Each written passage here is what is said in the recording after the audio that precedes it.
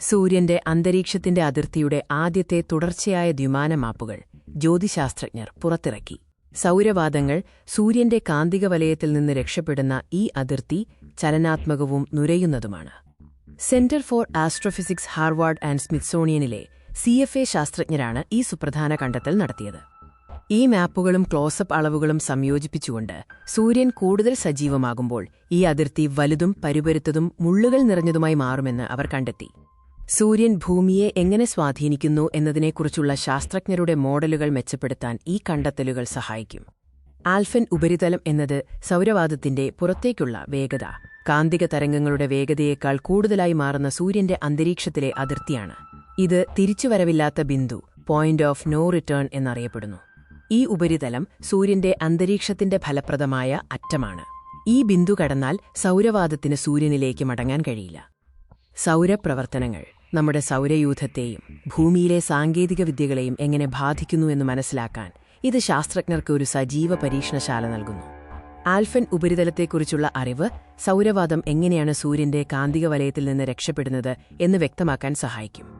സൂര്യൻ കൂടുതൽ സജീവമാകുമ്പോൾ ആൽഫൻ ഉപരിതലത്തിന്റെ രൂപവും ഉയരവും വലുതും കൂടുതൽ പരുപരുത്തതും മുള്ളുകൾ നിറഞ്ഞതുമായി മാറുന്നുവെന്ന് മാപ്പിംഗിലൂടെ സ്ഥിരീകരിച്ചു. നാസയുടെ പാർക്കർ സോളാർ പ്രോബ് സൂര്യന്റെ അന്തരീക്ഷത്തിലേക്ക് നടത്തിയ ഡീപ് ഡൈവുകൾ ഉപയോഗിച്ച് ശാസ്ത്രജ്ഞർ ഈ മാപ്പുകൾ നേരിട്ട് സാധൂകരിച്ചു.